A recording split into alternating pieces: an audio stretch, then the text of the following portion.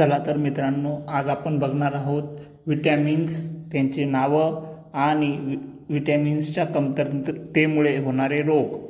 सर्वात प्रथम vitamin A, ज्याला रेटिनॉल असे म्हटलं जातं, तर जर त्याची कमतरता जर आपल्याला शरीरामध्ये आढळली तर त्याच्यामुळे रातांधळेपणा किंवा झिरोप्थॅल्मिया नावाचा रोग होतो। दुसरा आहे विटॅमिन B1, त्याला थायमिन असं म्हटलं जातं, त्याच्या डिफिशियन्सीमुळे बेरीबेरी हा रोग होतो। विटॅमिन B2, ज्याला रायबोफ्लेविन असं म्हटलं जातं, त्याच्या डिफिशियन्सीमुळे चेलॉसिस म्हणजे ज्यालाच लेसन्स ऑफ म्हणजे कॉर्नर ऑफ माउथ किंवा लिप्स जे असतात किंवा टंग जे असते त्याची चिरफाड होते। त्याच्यानंतर विटॅमिन B3, ज्याला नायासिन असं म्हणतात, याच्या कमतरतेमुळे पेलाग्रा नावाचा रोग होतो।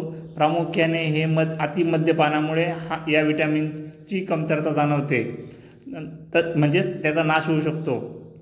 विटॅमिन B5, त्याला पेंटॅथेनिक ॲसिड असं म्हणतात, त्याच्यामुळे काय होतं की इनॲडक्वेट ग्रोथ होते, माणसाची जी काही उंची असते किंवा जी वाढ असते ती खुंटते विटॅमिन B5च्या कमतरतेमुळे।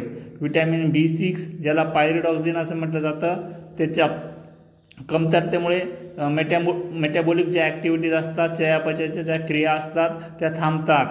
विटॅमिन B7, ज्याला बायोटिन असं म्हटलं जातं, प्रामुख्याने हेअर ग्रोथ किंवा डिप्रेशन किंवा मसल पेन जे असतात की म्हणजे स्नायूचे दुखतात किंवा सांधेदुखी ज्याला म्हणतो, ही प्रामुख्याने बायोटिन किंवा विटॅमिन B7च्या कमतरतेमुळे आपल्याला आढळून येते। विटॅमिन B9, ज्याला फॉलिक ॲसिड असं म्हणतात, याच्या कमतरतेमुळे मेगॅलोप्लास्टिक ॲनिमिया होतो, म्हणजे रक्तक्षय जो असतो ॲनिमिया, तो या विटॅमिन B9च्या कमतरतेमुळे होत असतो।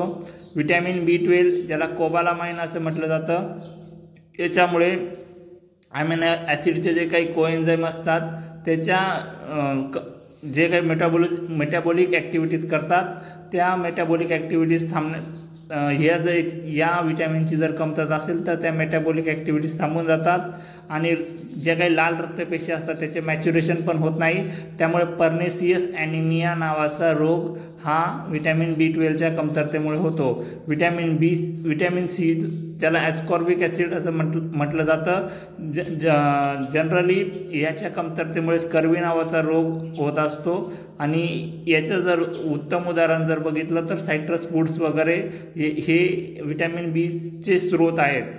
नंतर विटॅमिन D, त्याला कॅल्सिफेरॉल असं म्हटलं जातं। विटॅमिन Dच्या कमतरतेमुळे रिकेट्स किंवा मुडदूस नावाचा रोग आपल्याला आढळून येतो। विटॅमिन E, याला टोकोफेरॉल असं म्हटलं जातं, याच्यामुळे काय होतं की वांझपणा किंवा अँटीऑक्सिडंट विटॅमिन याला म्हटलं जातं, याच्यामुळे वांझपणा येत असतो। त्याचप्रमाणे विटॅमिन K, ज्याला फायलोक्विनॉन असं म्हटलं जातं, विटॅमिन Kला त्याच्या कमतरतेमुळे जे काही ब्लड म्हणजे